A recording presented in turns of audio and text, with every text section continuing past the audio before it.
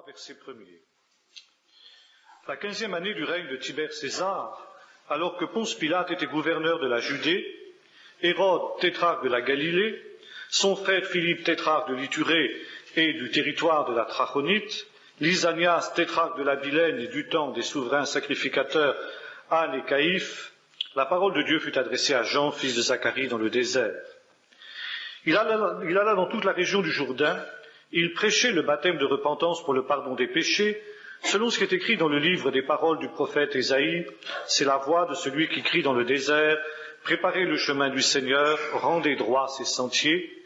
Toute vallée sera comblée, toute montagne, toute colline seront abaissées, les passages tortueux deviendront droits, et les chemins raboteux seront nivelés, et toute chair verra le salut de Dieu. Il disait donc à ceux qui venaient en foule pour être baptisés par lui, race de vipères, qui vous a appris à fuir la colère à venir? Produisez donc des fruits dignes de la repentance. Ne vous mettez pas à dire en vous-même, nous avons Abraham pour père. Car je vous déclare que de ces pierres, Dieu peut susciter des enfants à Abraham. Déjà même la cognée est mise à la racine des arbres. Tout arbre donc qui ne produit pas du bon fruit est coupé et jeté au feu.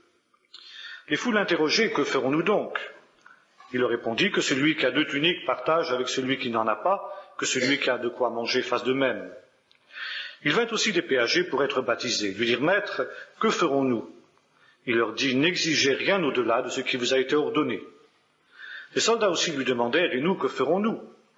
Il leur dit, ne faites violence à personne, ne dénoncez personne à tort, mais contentez-vous de votre solde. Comme le peuple était dans l'attente, et que tous se demandaient intérieurement si Jean n'était pas le Messie, il leur dit à tous, moi je vous baptise dans l'eau, mais s'il vient celui qui est plus puissant que moi, je ne mérite pas de délier la courroie de ses sandales. Lui, il vous baptisera dans l'Esprit Saint et le feu. Il a son vent à la main, il nettoiera son air. Il amassera le blé dans le grenier, mais il brûlera la paille dans un feu qui ne s'éteint pas.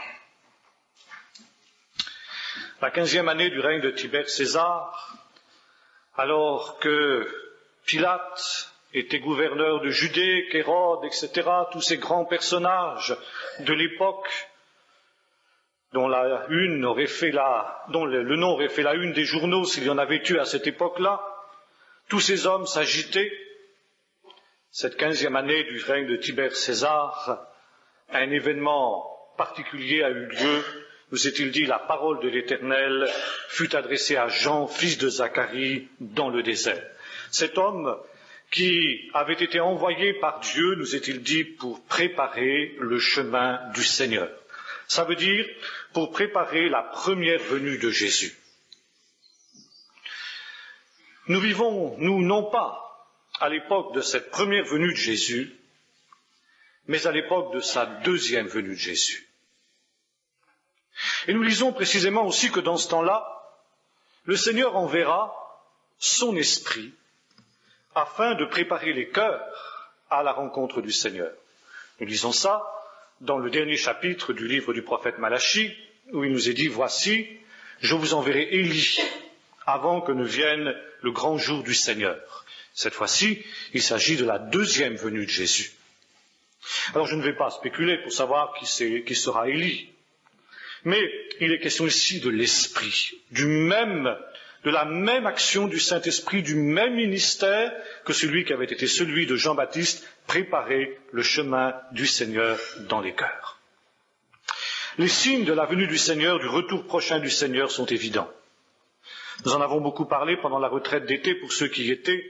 Je ne voudrais pas revenir sur ces choses aujourd'hui, mais il suffit de regarder autour de nous pour se rendre compte combien les signes de la proximité du Seigneur sont maintenant évidents pour ceux qui connaissent la parole de Dieu et pour ceux qui sont à l'écoute du Seigneur. Et c'est pourquoi il y a un message maintenant que le Seigneur veut placer devant son peuple, ceux qui veulent se préparer pour le rencontrer, préparer les chemins du Seigneur dans les cœurs. Préparer les chemins du Seigneur pour que le Seigneur puisse venir jusqu'à nous. Et le texte que cite Jean-Baptiste ici, qui est tiré du prophète Ésaïe, chapitre 40, dans l'hébreu c'est un tout petit peu différent, il nous est dit, alors la gloire du Seigneur sera manifestée. Quand le chemin aura été préparé dans les cœurs, alors la gloire du Seigneur sera manifestée. Je pense que tous, nous avons faim et soif de voir la gloire de Dieu. Tous, nous serions heureux de voir le Seigneur se manifester glorieusement au milieu de nous et dans nos vies. Seulement, il y a une préparation nécessaire. Préparez les chemins du Seigneur. Aplanissez ses sentiers. Et c'est de cette préparation nécessaire que j'aimerais que nous entretenions quelques instants cet après-midi. Aplanissez, nous est-il dit, dans les lieux arides une route pour notre Dieu. Les lieux arides. On pourrait aussi longuement s'arrêter sur cette expression. Et notamment parler de l'aridité de notre temps. L'aridité spirituelle s'entend. L'aridité des cœurs. L'aridité des églises. Tout à l'heure, notre frère Eusé, pendant que nous étions ensemble, nous parlait de quelques jeunes Roumains qui étaient à Caen, je crois, et qui disaient ceci: nous ne voudrions pas habiter en France parce que cela nous couperait de la communion du Seigneur, quelque chose comme ça. Étant donné le mode de vie des Français, le niveau de vie, cela, aurait des conséquences sur notre état spirituel, alors nous ne voulons pas de ça. Nous ne sommes pas dans une aridité matérielle, mais nous sommes bel et bien dans une aridité spirituelle. Peut-être que cette aridité, nous la constatons dans nos assemblées. Peut-être que cette aridité, nous la constatons même dans notre cœur. Certains sont peut-être venus avec des cœurs arides, desséchés, et nous avons faim et soif de cette gloire du Seigneur, que cette gloire du Seigneur apparaisse. Eh bien, c'était pour manifester cette gloire que Jean avait été envoyé par Dieu. Il nous est dit qu'il y eut un homme envoyé par Dieu. Il vint pour servir de témoin. Et aujourd'hui, le Seigneur aussi veut préparer le chemin dans nos cœurs. Le Seigneur veut préparer un peuple de vainqueurs dans la décrépitude générale que nous connaissons aujourd'hui dans notre Occident qui fut christianisé et qui ressemble à ces exilés qui, sur les bords des fleuves de Babylone, se souvenaient de Sion, se souvenaient des grands jours d'autrefois, mais qui pleuraient en se souvenant de ces choses. Peut-être que, comme le peuple d'Israël à l'époque de Jean, nous n'entendons plus la voix de Dieu. La voix de Dieu s'était éteinte depuis 400 ans, du moins, c'est ce qu'en disaient les rabbins, mais nous savons qu'il n'en était rien. Nous voyons des hommes comme Siméon, comme Anne, la prophétesse, qui étaient capables d'entendre la voix de Dieu. Mais on ne croyait plus que Dieu pouvait parler. On ne s'attendait plus à ce que Dieu parle. Et soudain, 400 ans après la prophétie de Malachie, la parole de Dieu est adressée à Jean, fils de Zacharie, dans le désert. Peut-être que dans cette aridité aussi, nous ne connaissons plus la voix de Dieu, nous n'entendons plus la voix de Dieu. Et pourtant, aujourd'hui aussi, la parole de Dieu veut nous être adressée. Et que disait cette parole? Eh bien, elle reprenait ce qui avait été écrit autrefois. On pouvait dire que ça n'avait rien de nouveau. C'était à la fois ancien et nouveau, mais c'était ce que déjà avait écrit le prophète Ésaïe. Préparez le chemin du Seigneur, rendez droit ses sentiers, toute vallée sera comblée, toute montagne, toute colline sera abaissée, les passages tortueux deviendront droits, et le chemin raboteux seront nivelés, et toute chair verra le salut de notre Dieu. Oui, c'est ce qui avait été écrit. Et c'est toujours ainsi, car ce qui est écrit est ce qui fait autorité pour le Seigneur. Et si Dieu veut nous parler, c'est aussi pour nous renvoyer à ce qui était au commencement, c'est aussi pour nous renvoyer à ce qui a été écrit. Préparer le chemin du Seigneur comment? Eh bien, que toute vallée soit comblée. Ici, il est question des carences qu'il peut y avoir dans notre vie. N'y a-t-il pas des carences spirituelles, des réalités spirituelles qui font défaut, que le Seigneur devrait pouvoir trouver en nous? Comme lorsqu'il était venu, vous vous souvenez, vers ce figuier, c'était justement à cette époque de Pâques, et qu'il s'attendait à trouver du fruit sur ce figuier, et il n'y en avait pas. Il y avait une carence. Le Seigneur n'est-il pas venu dans nos vies plus d'une fois s'attendant à trouver du fruit? Et il n'y en avait pas. Et vous savez ce que le Seigneur dit de ce figuier? Parlant à son intendant, dans une autre parabole où il reprend la même image, il dit, eh bien, soigne-le encore, et puis s'il persiste à ne pas donner de fruits, tu le couperas. Jean ne dit pas autre chose. Il dit déjà, la hache est à la racine des arbres. Tout arbre qui ne porte pas de bons fruits sera coupé et jeté au feu. Quels fruits portons-nous? Le fruit de l'esprit, l'amour, la paix, la joie, ou bien les fruits amers dont nous parle l'apôtre Jacques. Et puis, il nous est dit ensuite que toute montagne soit aplanie, que tout ce qui s'élève soit aplani. Et ce qui s'élève nous parle de l'orgueil. L'orgueil, c'est un des principaux obstacles à la venue du Seigneur vers nous. C'est un des principaux obstacles à ce que sa gloire soit manifestée au milieu de nous.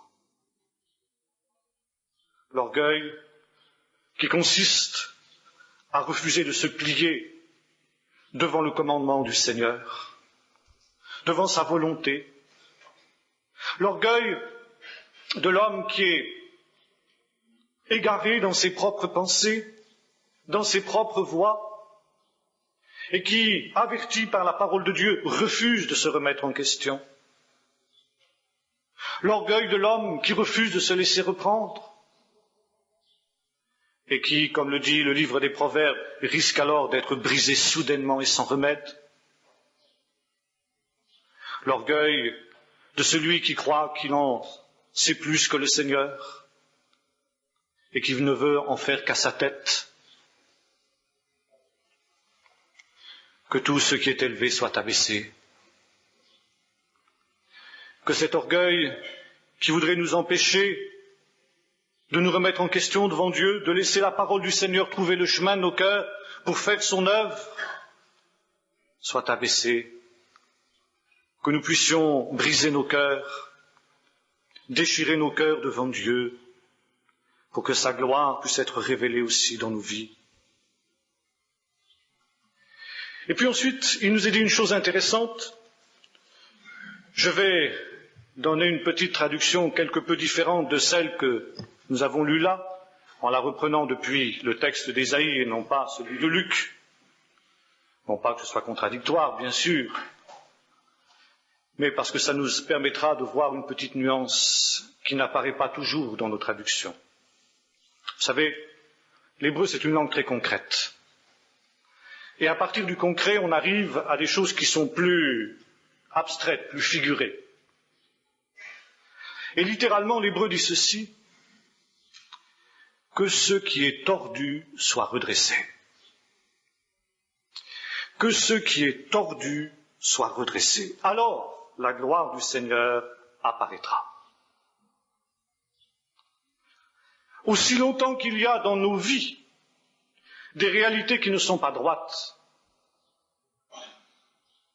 alors la gloire du Seigneur ne peut pas se manifester. Et parmi ceux qui venaient vers Jean, manifestement, il y en avait qui étaient dans cet état. Jean les reprenait sévèrement en disant « Fils du serpent, le vieux serpent d'autrefois, qui vous a appris à fuir la colère à venir? Ne vous imaginez pas que par des actes religieux, vous pourrez obtenir la grâce, la faveur de Dieu. Même les actes religieux les meilleurs, par exemple le baptême, que Jean administrait à ceux qui venaient vers lui. Ce baptême, comme le dira Jésus plus tard aux pharisiens, il venait de Dieu, manifestement. Et Jésus le confirme, celui qui croira et qui sera baptisé sera sauvé. Mais Jean disait, s'il n'y a pas d'abord eu du fruit digne de la repentance, s'il n'y a pas d'abord eu un cœur droit, si ce qui a été tordu n'a pas été redressé, alors même cet acte venu de Dieu ne sert à rien. Ne sert à rien pour échapper à la colère à venir. Ce que Dieu demande, c'est notre cœur. Oui, mais disaient ceux qui venaient vers lui, nous avons Abraham pour père. Je ne sais pas si nous pouvons dire que nous avons Abraham pour père, mais certains certainement pourraient dire qu'ils sont d'une vieille famille évangélique. Ah, mon frère, vous savez, mon père ou mon grand-père, ça a été les premiers convertis lorsque le réveil est venu en 1932. Et moi, j'ai connu ça tout petit. Ah, nos pères, qu'est-ce que c'est rassurant de se dire, nous sommes d'une vieille famille évangélique, ou protestante, ou pentecôtiste, ou que sais-je encore. Et nous avons toujours été là-dedans. Mais Dieu ne s'intéresse pas à nos racines. Dieu s'intéresse aux fruits. C'est pas nos racines que Dieu cherche. C'est pas de savoir si nous avons pour père tel ou tel. C'est de voir quelles œuvres nous portons. Produisez, disait Jean, des œuvres dignes de la repentance. Oui, des œuvres, vous avez bien lu, des œuvres dignes de la repentance. Oh, mais certains diront, mais c'est épouvantable, c'est pas la grâce, ça c'est la loi. Non, c'est la grâce. C'est exactement ce que tout l'Évangile nous demande. Lorsque nous disposons nos cœurs, alors effectivement, nous pratiquons des œuvres dignes de la repentance. Lorsqu'il résume ce qu'a été sa prédication aux anciens d'Éphèse, l'apôtre Paul déclare « Je vous ai prêché la conversion et la repentance avec la pratique d'œuvres dignes de la repentance. » Et le Seigneur veut voir quelles œuvres nous portons.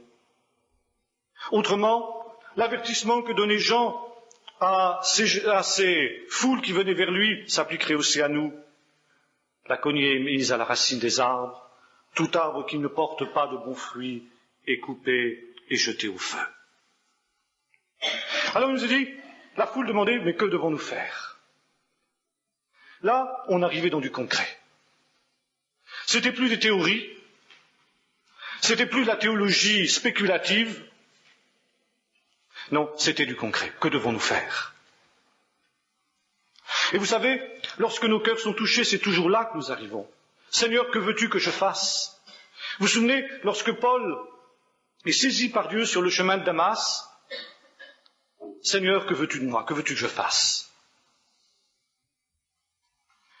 Quand la foule, le jour de la Pentecôte, a le cœur vivement touché, comme cela nous est dit, il demande, hommes, frères, que ferons-nous?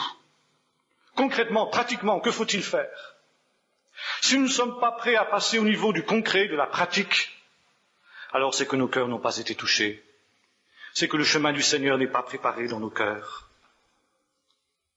Et j'en donnais des conseils selon la situation des uns des autres. Vous faites comme ci, vous ne faites pas cela, etc. Et cela, c'était tout simplement l'application de ce qu'il avait dit, que ce qui est tordu soit redressé.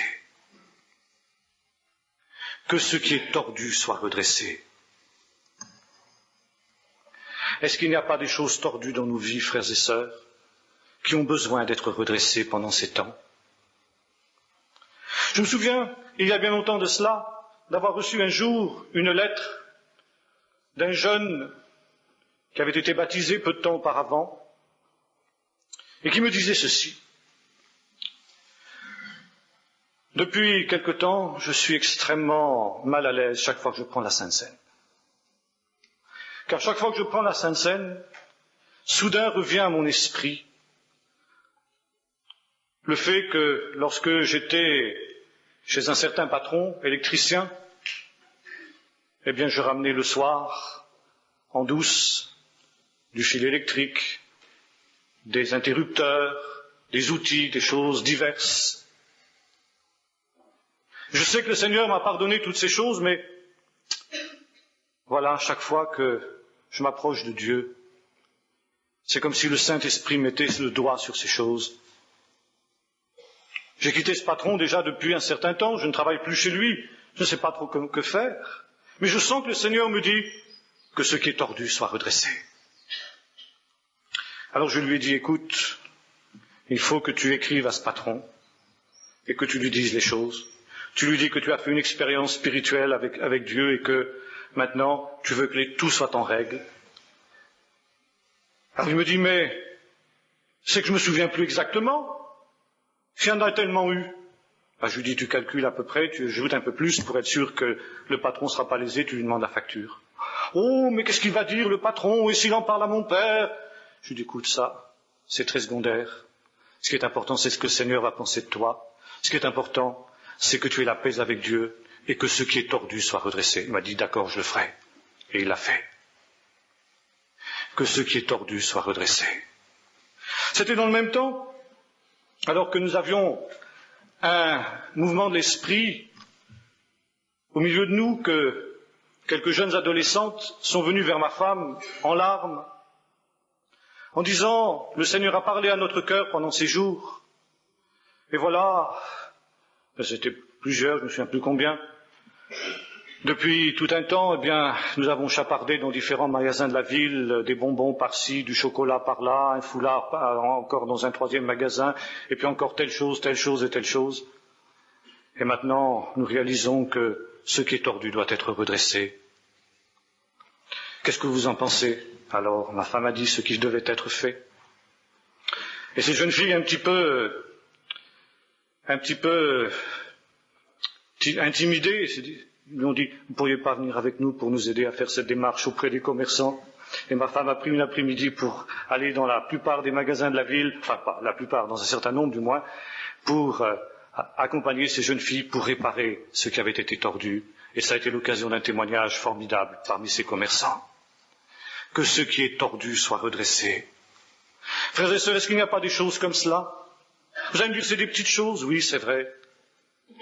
Mais ce sont des choses qui empêchent le réveil, qui empêchent la gloire de Dieu de venir dans nos vies et dans nos cœurs. Vous allez me dire, oui, mais c'est vieux tout ça. Ceux qui en ont été victimes ont oublié.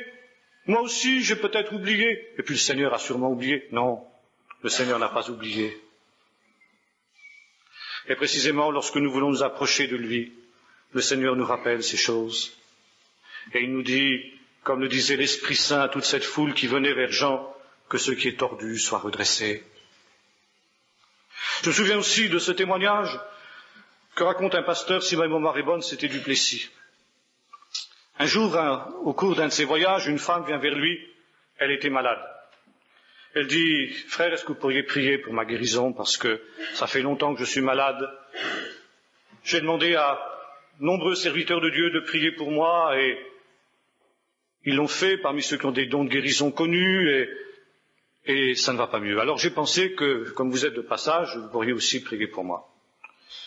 Et ce serviteur de Dieu lui a dit, mais madame, si beaucoup ont déjà prié pour vous, c'est qu'il doit y avoir un problème. Mais je vais prier pour vous. Et pendant qu'il priait pour elle, soudain, le Seigneur lui a parlé. Il lui a dit, madame, c'est pas à moi de vous imposer les mains, allez voir votre pasteur, et c'est lui qui va vous imposer les mains, et quand il vous imposera les mains, vous serez guéri. Et cette femme a été très gênée. Elle dit, mon pasteur, non, j'aimerais autant pas, je préférerais que ce soit un autre. Pourquoi? J'ai un différend avec lui. Et Duplessis lui a dit, mais c'est justement pour ça que le Seigneur vous envoie vers lui. Il faut que ce qui est tordu soit redressé. Il faut que ce différend soit réglé. Vous êtes dans une situation où le Seigneur ne peut pas vous bénir. Et cette femme s'est drapée dans son orgueil, comme disait Jean, que ce qui est élevé soit abaissé. Elle a répondu, jamais, plutôt mourir. Le Seigneur lui a répondu, mais c'est ce qui va vous arriver, madame, si vous continuez comme ça. Alors elle a compris. Elle est allée voir le pasteur, elle s'est réconciliée, elle a demandé qu'il prie pour lui, et elle a été guérie. Que ce qui est tordu soit redressé, frères et sœurs, dans nos vies, dans ces différents domaines.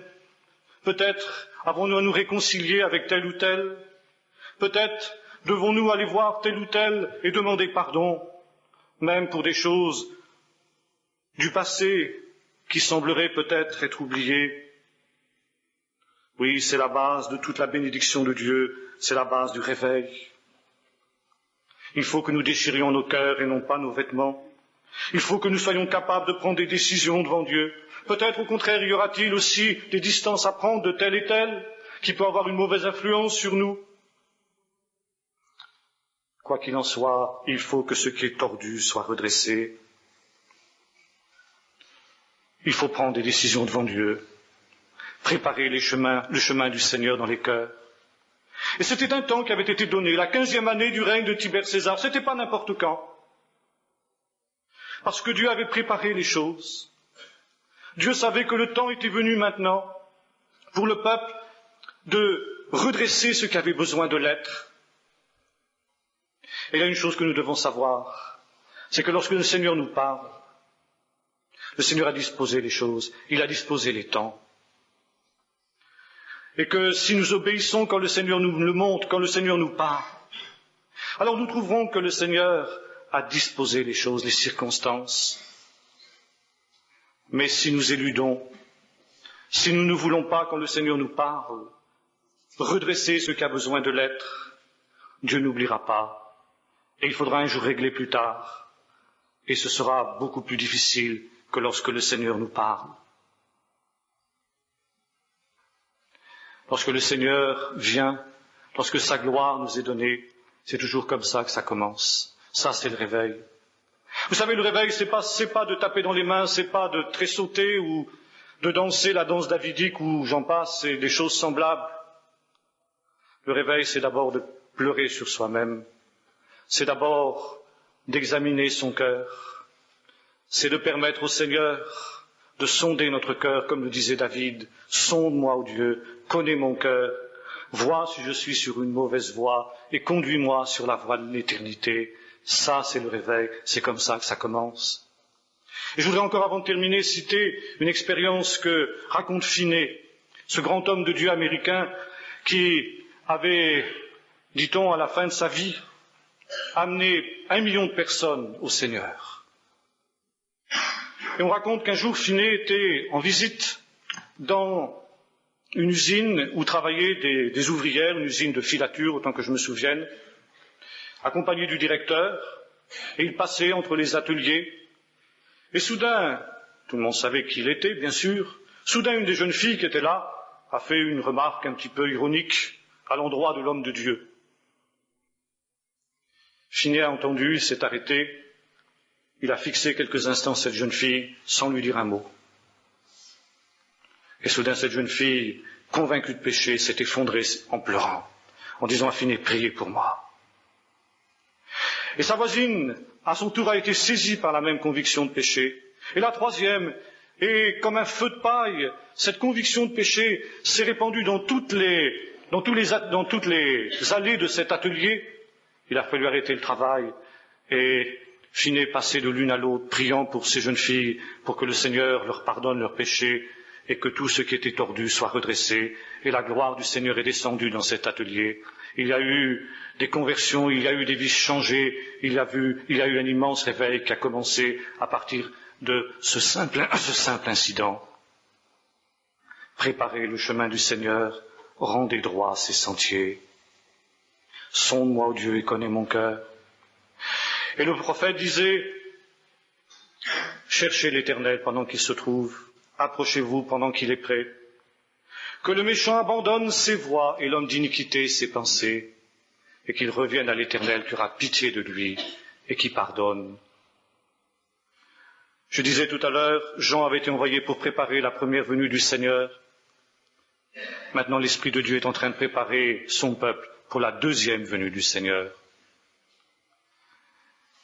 Le Seigneur voulait que ce peuple soit prêt pour la première venue de Jésus, et il veut que l'Église soit prête pour la deuxième venue de Jésus. Est-ce que nous sommes prêts aussi à laisser le Seigneur avoir son chemin jusque dans notre cœur? Est-ce que nous sommes prêts à faire en sorte que tout ce qui est abaissé soit élevé, que tout ce qui est au contraire élevé soit abaissé, et que ce qui est tordu soit redressé? Alors pour nous aussi, la gloire du Seigneur sera révélée. Quand le Seigneur reviendra, nous paraîtrons debout devant le Fils de l'homme.